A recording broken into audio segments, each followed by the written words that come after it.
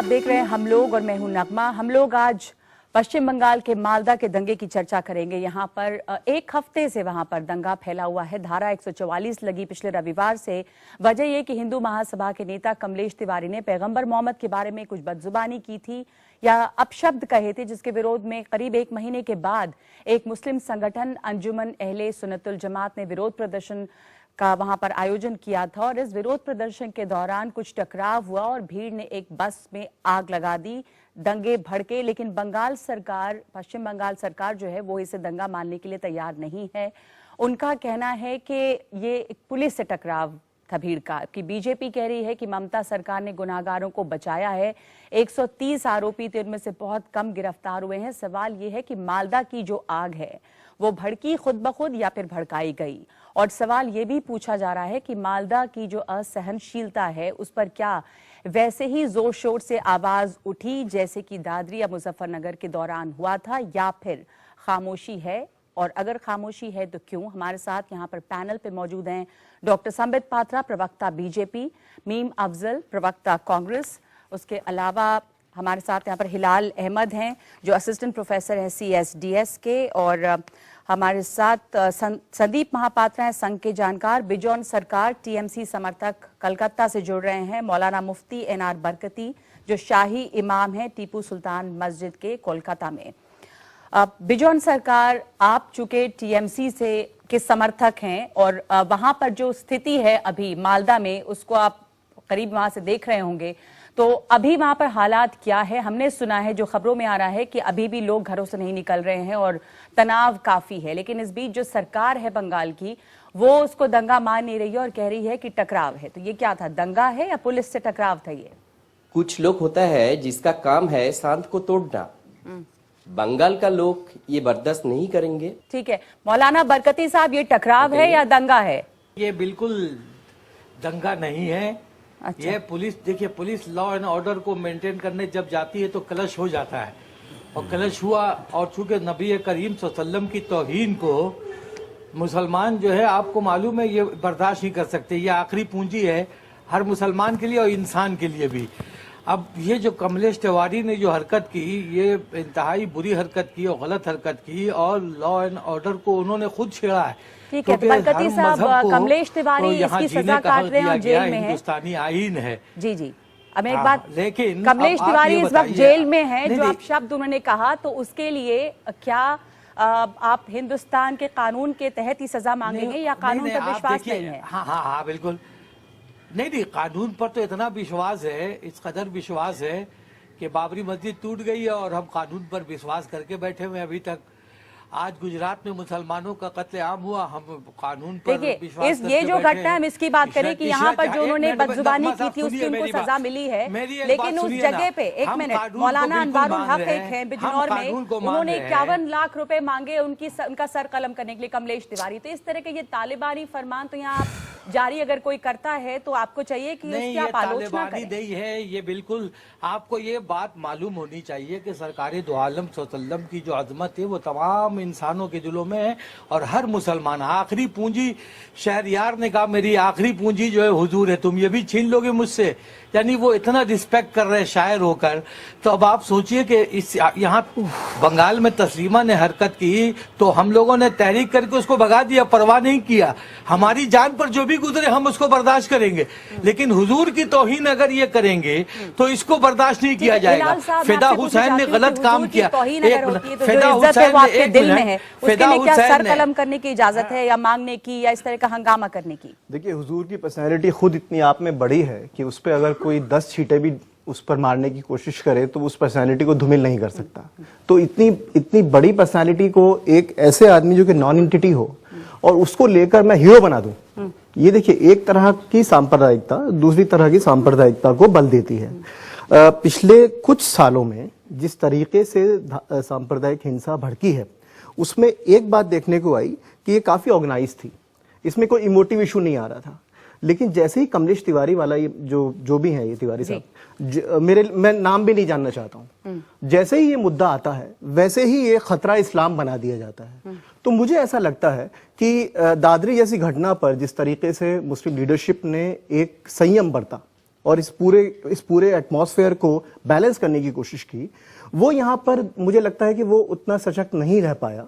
मोहम्मद साहब के नाम को बचाने की जिम्मेदारी जो है वो कोई ले नहीं सकता। तो ये जरूरी नहीं है कि आप लॉ एंड ऑर्डर अपने हाथ में ले लें और मोहम्मद साहब के नाम पर बसों को जला दें। मुझे पता ही नहीं लगता कि ये जायज काम है। बरकती साहब हो या टीएमसी के जो समर्थक हैं और या सरकार, संबित पात्रा वो सीधे ये कह रहे हैं कि दंगा ही नहीं है। जब आप मानेंगे ही नहीं कि दंगा नहीं है तो इस दंगे को आप रोकेंगे कैसे? मैं इसे दंगा से ऊपर का एक खतरनाक मोड़ देखता हूं, और क्यों देखता हूं मैं समझाता हूं। दो दबी जुबानों में जो बातें कही जा रही हैं, मैं इसको जनता के सामने और आपके चैनल पे रखता हूं। अब देखिए, अभी कुछ दिनों पहले हमने पॉपुलेशन को लेकर, जब सेंसस आया तो पॉपुलेशन को लेकर आपके साथ भी मैंने डिस्कशन की थी, और उस दिन आपको ध्यान होगा मैंने बंगाल के 3 जिलों का जिक्र किया था जहां मुस्लिम पॉपुलेशन हिंदू पॉपुलेशन से आगे चला गया है। मालदा उनमें से एक जिला है, मुर्शिदाबाद दूसरा है, दिंजापुर तीसरा है। मालदा में जब मुस्लिम पॉपुलेशन ज्यादा हो गया तो चिंता एक पड़ी थी कि क्या ये डेमोग्राफिक चेंज हो रहा है, क्योंकि बॉर्डर एरिया है, क्या क्यों हो रहा है। अब देखिए, आज जब 2.5 लाख मुसलमान, देखिए हम सब अपोज करते हैं जो मोहम्मद साहब को कहा गया, इसमें कोई दो मत नहीं है, कोई कमलेश के साथ जो भी हो व्यक्ति उसके साथ खड़ा नहीं है।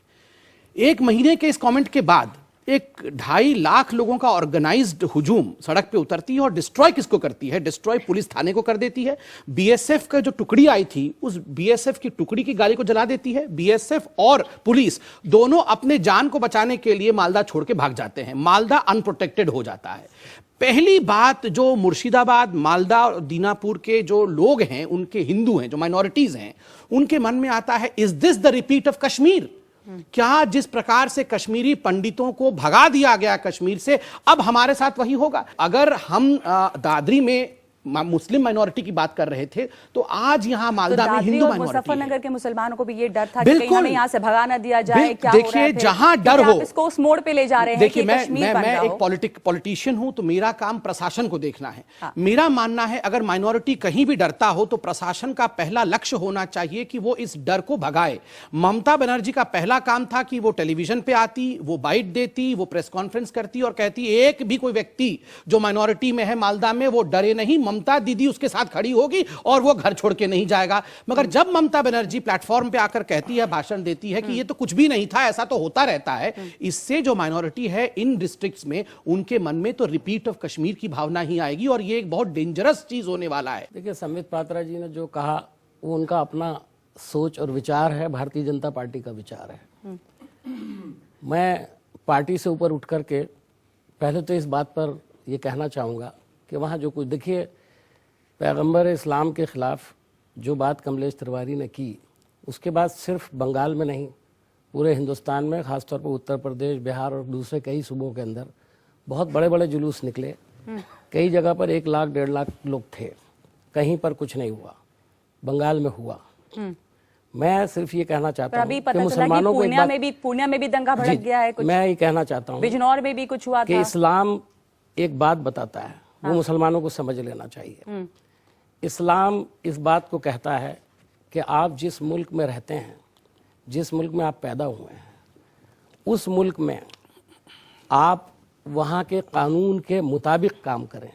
वहाँ के कानून को रेस्पेक्ट करना आपकी जिम्मेदारी है, बशर्त ये कि वो कानून इस्लाम के खिलाफ ना हो। ये जो मौजूदा सिचुएशन है, वहां पे कम्युनल राइट्स हैं, इस बात को मानना चाहिए। ममता बनर्जी सरकार ने उसको रोकने में नाकाम हुई। क्या स्टैंड है आपका? देखिए, मेरा कहना यह है कि ये एक एहतजाज था जो राइट है किसी भी हिंदुस्तानी का, लेकिन violence is not the right. Violence करना किसी भी हालत में राइट नहीं है, चाहे वो मुसलमान हो, हिंदू हो, सिख हो, ईसाई हो। पूरा मन एहतजाज करिए और उसका असर होता है। और अगर उसके नतीजे में, देखिए, दंगा कहाँ से बनता है? पुलिस से लड़ना जो है, या पुलिस के ऊपर हमला करना, कभी कभी वो एडमिनिस्ट्रेटिव एक प्रॉब्लम होती है, कभी कभी हो जाता है उसका। लेकिन अगर किसी दूसरे समुदाय के एक भी शख्स पर हमला हुआ है, वो दंगा है और उसको मानना पड़ेगा। ठीक है, दंगा और वो नहीं होना चाहिए। वहां पर लगी खुद ब खुद इमोटिव इशू था या भड़काई गई, क्योंकि वहां पे चुनाव भी होने हैं। बंगाल में जो आज हो रहा है, जो 4 वर्षों से घटित हो रहा है, ये दीदीगिरी और दादागिरी का सम्मिश्रण है। जहां तक बात की जाती है कि भाई माइनॉरिटी राइट्स, दादरी की बात हम लोग बार बार करते हैं, बाकी जगह की बात बार बार करते हैं। क्या आपको पता है कि जनवरी 2015 में कलकत्ता हाईकोर्ट में एक PIL डाली जाती है, मुर्शिदाबाद डिस्ट्रिक्ट के एक एक्टिविस्ट ने डाला कि जनाब, यहाँ पे जो बसंत पंचमी होता है, सरस्वती पूजा, दुर्गा पूजा, वो एक सार्वजनिक पूजा होता है। यहाँ पे पूजा होने नहीं दिया जा रहा है। Kindly advise and direct the administration to facilitate, और हाईकोर्ट को इंटरवीन करना पड़ा, उसके बाद जाके पूजा हुआ। 2015 दिसंबर में मुर्शिदाबाद में से ही और एक PIL डाली गई है कि वहां की जो हिंदू माइनॉरिटी है उनको अपने जो पूजा का काम है, वो चाहे दुर्गा पूजा हो या फिर रिलीजियस बिलीफ है, वो करने नहीं दिया जा रहा है। हमको संरक्षण दीजिए। इस तरह की जो माहौल बन रही है वो किससे? ममता बनर्जी पर आप कहने की वो अपीजमेंट की पॉलिसी कर रही है, माइनॉरिटी अपीजमेंट की पॉलिसी कर एक रही है। लार्जर पर्सपेक्टिव देखिए, मैं अभी संडे गार्जियन का एक न्यूज पढ़ रहा हूं। यहाँ पे सुनियोजित तरीके से 2 हफ्ते से वहां पे लिफलेट पैम्पलेट बांटे गए कि भाई यहाँ पे इस तरह का धरना प्रदर्शन होगा। मोबाइल नंबर्स तक दिए गए कि हाँ, मोबाइल नंबर पे आप फोन करिए और आप आइए। 2.5 लाख लोग, आप पीसफुली आप प्रोटेस्ट करिए। और जिस कमलेश तिवारी की आप बात करते हैं, नेशनल सिक्योरिटी एक्ट के अंदर उसको अंदर किया गया, एक स्ट्रिंजेंट एक्ट है। आपका क्या ये कहना है कि भारत के कानून के ऊपर आपके विश्वास नहीं है? संदीप, एक मिनट चाहिए क्या? बरकती साहब जो हैं उनसे मैं इसका जवाब मांगूं। आप जो कह रहे हैं कि जो ठीक है, लार्जर पर्सपेक्टिव पर उनको, बाकी लोगों के लिए अलग कानून। बरकती साहब, हमारे यहाँ पूरे चारों तरफ हिंदू रहते हैं। ऑल इंडिया मलीशुरा हमारी है, टीपू सुल्तान मस्जिद में सब आते हैं और प्यार और मोहब्बत से कोई मामला होता है उसको हल करते हैं। और कोई हमारे यहाँ रिफ्ट नहीं है, कोई हमारे यहाँ झगड़ा नहीं है। लेकिन इनकी बातों से इन लोगों की यहाँ, अगर इनके पास कोई मुसलमान रह गया तो वो उस पर जुल्म करते हैं, उसको कत्ल कर देते हैं। बाद में पता चलता है एक मुसलमान रह गया, जुल्म करते तो आज 70% हो जाते। जुल्म कैसे करते हैं पाकिस्तान से पूछिए जाके, जहाँ 1% हो गए हैं। यहाँ पर मीम अफजल साहब और हिलाल अहमद, वो 2 भी मौजूद हैं और वो भी मुसलमान हैं, और उन सबका ये मानना है, वो आपकी जुबान नहीं बोल रहे हैं कि अब पैगंबर मोहम्मद के खिलाफ कोई बदजुबानी करता है तो आप एतराज कीजिए। पर बरकती साहब जी, अरे नकली शाही इमाम साहब, मैं आपसे जरा कुछ बात करूंगा। नकली शाही इमाम साहब, मैं आपको ये कहना चाहता हूँ, जिस तरह की गुफ्तगू आप फरमा रहे हैं, मेरे ख्याल में अफजल साहब, मैं बहुत अच्छी तरह जानता हूँ, टीपू सुल्तान शाही मस्जिद, मैं बहुत अच्छी तरह से जानता हूँ, मैं बहुत अच्छी तरह से जानता हूँ, मैं बहुत अच्छी तरह से जानता हूँ कि आप कितने शाही हैं, कितने गैर शाही हैं। ये शाहों का जमाना नहीं है जिस अंदाज में आप गुफ्तगू कर रहे हैं। आप मुसलमानों के लिए सुमे कातिल हैं, आप मुसलमानों को नुकसान पहुंचा रहे हैं मेरे भाई, आप मुसलमानों को नुकसान पहुंचा रहे हैं। जो गुफ्तगू आप कर रहे हैं, अगर इस तरह की गुफ्तगू शुरू कर दी जाएगी तो आप इस देश के अंदर क्या बचेगा ये आपको अंदाजा नहीं है। शायद मैंने गलती की, आप धार्मिक लीडरों को बुलाना नहीं चाहिए, लेकिन मैं ये कह रही थी कि मौलाना साहब जिस तरह की बात कर रहे हैं, जो रिलीजियस लीडर्स हैं वो रिस्पॉन्सिबल हैं इस तरह की चीजों को और भड़काने के लिए। एक तरफ ये सियासत है, इससे हम इनकार नहीं कर सकते कि ये इलेक्शंस होने हैं, शायद ममता बनर्जी उसका फायदा उठाना चाहती हैं, और आजकल इलेक्शंस के पहले वोट्स पोलराइज होते हैं। पहले शायद बाद में दंगे होते थे, आजकल दंगे पहले होते हैं, चुनाव बाद में हो रहे हैं। मुझे समझ नहीं आता कि हम कब तक भगवानों को बचाते रहेंगे। इस देश में आपको पता होना चाहिए, शहरों में सबसे बड़ा इंक्रोचर भगवान है। भगवान के नाम पर सबसे बड़ा इंक्रोचमेंट होता है। तो आखिर कब तक भगवान को हमारी जरूरत है संरक्षण की, ये थोड़ा मुझे लगता है सोचने की जरूरत है। हमने एक छोटा सा काम किया था, 1992 से लेकर अभी तक तकरीबन 89 दंगे हुए हैं जिनको दंगा कहा गया सरकारी तौर पर।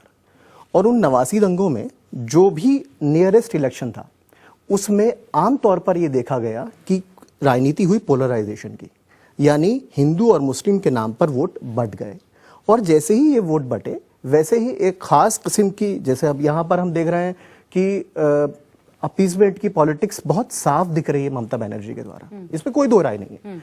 और ऐसा ही बहुत सारा अपीजमेंट की पॉलिटिक्स अलग अलग जगहों पर देखी गई है। तो जो भी इस तरह का, चाहे वो हिंदू, सो कॉल्ड हिंदू, क्योंकि ये हिंदू मुस्लिम बड़ी परेशानी की चीजें हैं, ये इतनी सिंपल बातें नहीं है। अगर मैं आपसे ये पूछूं कि आप कौन मुसलमान है तो आपको 10 और पहचाने भी आपकी जुड़ी हुई हैं। कौन हिंदू है, जाति, आपका वर्ग और 10 और चीजें आपके साथ भी जुड़ी हुई हैं। तो जो घटना घटती है उन सभी पहचानों के साथ में घटती है। और क्योंकि हमारा विमर्श, हमारा राजनीतिक विमर्श हिंदू मुस्लिम इतना खेलता है कि बड़ा आसान है कि ये हिंदू है, मुसलमान जो ये कह रहे थे कि इतने हिंदू हमारे यहाँ अखलाक मार दिया मुसलमान, ये सब बड़ा, जब आप इलेक्टोरल पॉलिटिक्स में आते हैं ये सब चीजें डायनेमिक्स नहीं होते। और जब आपका जो पोलराइजेशन हो गया, आपका रिजल्ट आ गया, तो उसके बाद में आपने देखा कि जो इस तरह का वोट स्प्लिट था, उससे एक खास किस्म खास करके के जो मालदा जैसी जगह हाँ। जो कि बॉर्डर इलाका है और वहां पर ये बांग्लादेशियों का हाँ। इनका मुद्दा काफी होता उस है। पे असर पड़ेगा बहुत, ये डेफिनेटली politics पड़ेगा। पे। मैं 3 आपको उदाहरण दूंगा। यहां पर तो कमलेश तिवारी एक एक्सक्यूज है जिसको हमने भर्त्सना की निंदा की। हम कमलेश तिवारी के पहले के एरा में जाते हैं। 11 अगस्त 2012 बर्मा एक देश में रोहिंग्या मुस्लिम के ऊपर अत्याचार होता है। हिंदुस्तान का कोई सवाल नहीं है उसके साथ, हिंदुस्तान के मुसलमानों का कोई लेना देना नहीं है बर्मा के मुसलमानों से। मगर आजाद मैदान नामक एक स्थान है मुंबई में जो जल उठता है, 1.5 लाख मुसलमान आजाद मैदान में उतरता है। और सबसे दुखद घटना होती है कि अमर जवान ज्योति जो हिंदुस्तान के मार्टर्स की ज्योति होती है उसको लात मार के तोड़ दिया जाता है कि यह देश हमारा नहीं है, यह ज्योति हमारी नहीं है। सबसे बड़ी घटना वहां होती है कि 5 से 6 मुस्लिम पुलिस कर्मियों के साथ दुर्व्यवहार होता है, मोलेस्टेशन होता है। कौन सा साजिश था कि मुसलमान हिंदुस्तान का नहीं, उस पर अत्याचार बर्मा में हो रहा है, मगर फाइनेंशियल कैपिटल इंडिया का मुंबई को रोकने की कोशिश की गई। दूसरी घटना है 18 अगस्त 2012 लखनऊ में गौतम बुद्ध की एक प्रतिमा है। 2 लाख का मुस्लिम पॉपुलेशन उतरता है। बर्मा के मुसलमानों के खिलाफ सद्दाम हुसैन पे जो हुआ उसके लिए अटैक करता है और बुद्ध की मूर्ति को तोड़ देता है, क्षतिग्रस्त करता है। मुझे यह समझ में नहीं आता है सद्दाम हुसैन से हिंदुस्तान के मुसलमानों का, हिंदुस्तान की राजनीति का, इसमें ये उदाहरण से आप क्या बता रहे हैं? मैं बता रहा हूं कि कहीं ना कहीं हमारा संविधान बड़ा है, धर्म से ज्यादा संविधान बड़ा है, यह महत्वपूर्ण है। संविधान से देखिए, अगर सद्दाम हुसैन के साथ कुछ हो रहा है और अगर हम हिंदुस्तान को जला दें तो ये कनेक्टिविटी क्यों हो रहा है सद्दाम हुसैन से हिंदुस्तान तो इसके किस तरफ आप इशारा करें? Now the role lies with leaders like Mim Afzal sahab, Okay. Not with the maulvi that we were hearing. जो मौलवी को हम सुन रहे थे वो भड़का देते हैं, यहां पे आर्जनी हो जाती है। मगर जो रियल लीडरशिप, पढ़े लिखे और जो समझदार लोग हैं, उनको आगे आके वो स्पेस ऑक्यूपाई करना चाहिए, उनको समझाना चाहिए। स्पेस है ये यहाँ पर खाली है। मैं पॉलिटिकल लीडरशिप की जगह पे यहाँ पर रिलीजियस लीडर्स हैं जो दंगों को और भड़का देते हैं, क्योंकि पॉलिटिकल लीडरशिप की वैक्यूम है इस तरह की चीजों को रोकने के लिए। आपने अभी मौलवी साहब को सुना, हाँ। मैंने उन्हें कंडेम किया जी। इसके बाद मेरे पास जो रिएक्शन आएगा वो मैं जानता हूँ। उनके कुछ साथी, कुछ उनके चाहने वाले या उनसे जो इत्तेफाक करते हैं वो थ्रेटनिंग लेटर लिखेंगे, जान से मार देंगे, इस तरह की बातें भी होती हैं। बहुत फेस किया है मैंने जी। मैं कहना चाहता हूँ जो बात वो कर रहे थे, समित पात्रा ने कुछ मिसालें दे करके बहुत महज़ब अंदाज में, बहुत इंटेलेक्चुअल अंदाज में तकरीबन उसी तरह की बातें देश के सामने रखी हैं, जिसका नतीजा ये निकलता है कि शायद मुस्लिम कम्युनिटी इस तरह की चीज़ों को करने की आदी है और इस देश के कानून को नहीं मानती। जो प्रस्तावना इन्होंने रखी उसमें 2 बातें आई। पहली कि पूरी दुनिया में दरअसल एक किस्म के मुसलमान हैं और उनके लिए उनका मजहब उनसे किसी भी संविधान से ज्यादा है, इसीलिए वो इस तरह का रिएक्शन करते हैं। ये 2 प्रस्तावनाएं सीधी सीधी निकल रही हैं और 3 एग्जाम्पल इन्होंने दिए। मेरा ये मानना है, अब ये परसेप्शन नहीं, आपने कहा नहीं, ये तो जो नहीं कहा, जो नहीं कहा, जो नहीं कहा, जो आपने लूज एंड रखा उसका कोई मतलब तो निकलेगा। आप क्या लूज एंड को जो आप कह रहे हैं, अब ये हमारे सबके परसेप्शन हो सकते हैं, ठीक है। मैं परसेप्शन में नहीं आता, आपकी सोच अलग हो सकती है, मेरी सोच, लेकिन रिसर्च के तौर पर जो अभी तक का हमारा लगातार, हम 50 साल से रिसर्च करते हैं इस विषय पर और हमारे सैंपल सर्वेज हैं, उसमें ये बात बार बार आती है कि इस देश का जो बेपढ़ा लिखा मुसलमान है, जो कि 2 बातें मैं 2 आपको एविडेंस दूंगा। पहला एविडेंस ये कि इस देश के 80% मुसलमान हमारे सर्वेक्षण के हिसाब से ये मानते हैं कि उनको लोकतंत्र में विश्वास है और वो चुने हुए प्रतिनिधियों के द्वारा अपना शासन चलाना चाहते हैं। और जब ये सवाल पूछा जाता है कि आपका मुख्य मुद्दा ये है कि आपके पास में लीडरशिप नहीं है, तो केवल 4% मुसलमानों का कहना है कि मुस्लिम लीडरशिप उनकी समस्या है जी। जब यह सवाल पूछा जाता है कि बरगती जैसे लोग आपको रिप्रेजेंट करते हैं, तो सीधा सीधा ना है। तो मुसलमानों को इतना भोला और सीधा और मासूम मत समझिए, वो इस देश के नागरिक हैं और पूरी तरह से बिखरे हुए हैं। अपने आप में ये बात सच नहीं है कि मुसलमानों का इस्तेमाल इलेक्टोरल पॉलिटिक्स में हुआ है, तमाम पार्टियों ने किया है, और इस वजह से शायद जो ये कह रहे थे, मैं समझना चाह रही हूं उसको कि जो मिसालें थी, क्या उसको ये भी समझा जा सकता है कि चूंकि अपीजमेंट की पॉलिटिक्स हुई है, तो अगर माइनॉरिटी कहीं पर इस तरह की घटना करती है तो उसको माफ कर दिया जाता है। उसी तरह की बात में आ रहा है जैसे पूरा हिंदुस्तान एक है और अपीसमेंट की पॉलिटिक्स वैसी है। आप अगर स्टेट वाइज जाकर देखेंगे, इसे बिखरा कर देखेंगे, तो नेचर ऑफ अपीजमेंट अलग अलग है। ठीक है, आप अपीस किसको करते हैं? आप अपीस करते हैं मुस्लिम लीडरशिप को, आप अपीस करते हैं, आप जो है 5 टिकट राज्यसभा के दे देते हैं, आप अपीसमेंट उस तरह का करते हैं। एक हफ्ता हो गया और तरह तरह के सवाल पूछे जा रहे हैं कि इस पर उस तरह का इंटेलेक्चुअल रिएक्शन क्यों नहीं देखा गया मालदा पर, जैसा कि दादरी पे या मुजफ्फरनगर पे? मैं सवाल पूछना आपका सवाल चाहती हूँ बहुत कि दुरुस्त है और बहुत सही सवाल है। मैं समझता हूँ अगर दादरी डिस्कस होना चाहिए मतलब तो ये भी सवाल है कि अवार्ड वापसी क्यों नहीं, इस पर क्यों नहीं बुद्धिजीवी अवार्ड लौटा रहे हैं? बीजेपी तो पूछेगी ही, और भी जगह लेख इस पर लिखे जा रहे हैं कि क्यों नहीं हो रहा है। देखिए, इस मामले में और उस मामले को आप तुलना एक जैसे नहीं कर सकते। वो मामला डिफरेंट था, लेकिन इसके जो कॉन्सिक्वेंसेस हैं वो तकरीबन वही लेकिन जाकर के communal बैठ रहे दंगा वो भी हैं। था, मुझे communal दंगा ये भी बताइए, मुझे है। बताइए कितनी अमवात हुई, इसमें कितने लोग मारे गए? ऐसा तो नहीं है ना। दूसरी बात मैं ये कहना चाहता हूँ, देखिए आपने बुनियादी सवाल पूछा इस पर डिस्कशन क्यों नहीं हुआ और इस पर क्यों नहीं, तो इसके लिए तो आपकी भी जिम्मेदारी है। मीडिया इस देश के अंदर, देखिए सुनिए मेरी बात, आउटरीच जो इंटेलेक्चुअल आउटरीच था उतना क्यों नहीं, अवार्ड्स वापस क्यों नहीं हुए, उस पे क्यों नहीं कहा गया कि फिर हमारा देश इतना असहनशील है? देखिए सवाल पूछे जा रहे हैं। जब आप इस पर डिस्कशन करेंगे, जब इस पर बात करेंगे, तो ये बात भी सामने जिम्मेदारी है कि हम आएगी, डिस्कशन करें तभी सवाल उठेंगे, ये बात भी सामने आएगी। लेकिन आपका कहना ये है, आपका कहना, देखिए एक बात समझ लीजिए नगमा जी, माइनॉरिटी कम्युनलिज्म को आप रोक सकते हैं, उसको कंट्रोल कर सकते हैं, लेकिन अगर खुदा ना खास्ता, ये इंटेलेक्चुअल एक बहस इस पर हो चुकी है, खुदा ना खास्ता मेजॉरिटी कम्युनिटी अगर खुदा ना खास्ता कम्युनल हो जाए जी, तो फिर देश का खुदा हाफिज है। सबसे बड़ी दुख की बात यह है कि जब जब इस तरह के वाकया होते हैं उसको वोट बैंक की राजनीति से देखते आप क्या करते हैं? एक सेकंड, आरएसएस क्या करता है? एक सेकंड आप सुन लीजिए, आप तो वही करते हो। पूर्णिया में कौन सा इलेक्शन होने वाला है मेरे को आप बताइए। मेजॉरिटी इंदौर में कौन सा इलेक्शन होने वाला है बताइए। मेजॉरिटी जयपुर में कौन सा इलेक्शन होने वाला है बताइए। आप समझते हो बार बार ये कहते से हो आप कि भारतीय जनता पार्टी को पावर में ला सकते हो? पोल होने वाला है, पोलिंग इतना होने वाला है, जबरदस्त ये आपने कह के- कैंपेन किया, तब भी आपको पूरे देश में 32% वोट जनाब, आप मेरी मिला। बात इस सुन देश लीजिए, का आप मेरी बात हिंदू सुन जितना लीजिए, बड़ा आप सेकुलर मेरी है, बात सुन लीजिए, आप आपकी जैसे बात लोग धैर्य नहीं से- हो सकते। वो आप जैसे भी लोग नहीं हो सकते। आप सुन लीजिए मेरी बात। मेजॉरिटी माइनॉरिटी दोनों अच्छे हैं, दोनों भाई हैं, मगर कुछ हमें बिंदु निकालने पड़ेंगे। मैंने 3 पॉइंट्स निकाले, पहला कश्मीर, दूसरा लीडरशिप की कमी, और दूसरे देशों के मुसलमानों का इफेक्ट हमारे देशों में क्यों, ये सवाल, और तीसरा मैं बड़ी बात अभी कहूंगा, dangerous silence over the minority communalism. जो बात मैंने अभी क्यों होता है? पूछी मैं थी, आपको उस पे बता रहा जवाब, हूं। हाँ। मैं देखिए, क्योंकि मैं मीडिया में हूं नगमा जी, आपके कई शो में मैं आ चुका हूं, 4-5 साल से लगातार एक्टिव हूं, तो जब भी कोई घटना घटती है हम लोग तुरंत सोशल मीडिया, ट्विटर, टीवी सबको देखते हैं, मॉनिटर करते हैं क्या हो रहा है। जब दादरी हुआ, हमें, आप विश्वास करिएगा नगमा जी, कि रात को, उसी दिन रात को तमाम बड़े बड़े एंकर्स, तमाम बड़े बड़े एडिटर्स, तमाम देश के बड़े बड़े लोग सब ट्वीट कर रहे थे, और ये दाई है, वो रेस्पॉन्सिबल है, ये सब बदमाश हैं। मालदा हो गया, और मैं बता रहा हूं 5 दिन 7 दिन हो गए, एक भी एडिटर इन चीफ ने, एक भी बड़े आदमी ने एक ट्वीट तक नहीं किया। क्या कारण है? किसी ने नहीं लिखा कि मालदा खराब है। ठीक है, क्या इसलिए था कि पठानकोट भी हो गया था उस नहीं, नहीं, देखिए पठानकोट के बीच में अगर दादरी हो जाता तो सब पठानकोट को भूल जाते और दादरी पे अटक जाते। और ये नहीं कि भैया, तो इसलिए नहीं है, ये एक माइंडसेट है, मैं बता रहा हूं। देखिए ऐसा नहीं कि साइलेंस था, बहुत लोगों ने इसको उठाया, बहुत लोगों ने मेरे को लगा, मैंने बताया, हम डिबेट तो कर रहे हैं, मतलब रिलेटिवली कम हल्ला था। जी आपने उठाया तभी तो हम डिबेट कर रहे हैं, वरना हम डिबेट ही नहीं करते।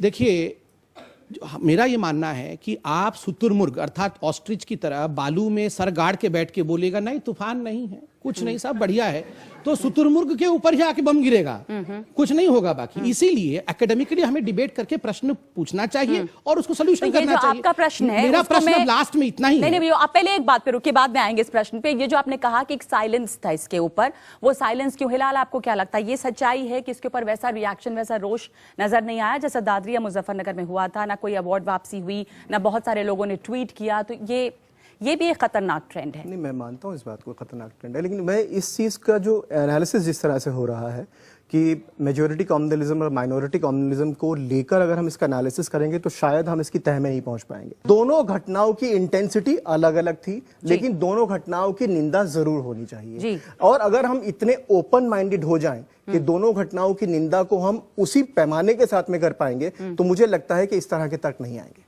जी, एक छोटा सा ब्रेक लेते हैं यहाँ पर और उसके बाद हम ये चर्चा जारी रखेंगे कि जो बंगाल में हुआ उसको ममता बनर्जी सरकार की तरफ से जिस तरह से ढका जा रहा है और कम्युनल दंगा उसे माना ही नहीं जा रहा है, वो अपने आप में कितना खतरनाक है, और ये जो एक ट्रेंड चल पड़ा है कम्युनल दंगों में इजाफा जो हो रहा है वो किस वजह से, असहनशीलता जो है वो क्यों बढ़ती जा रही है। इस ब्रेक के बाद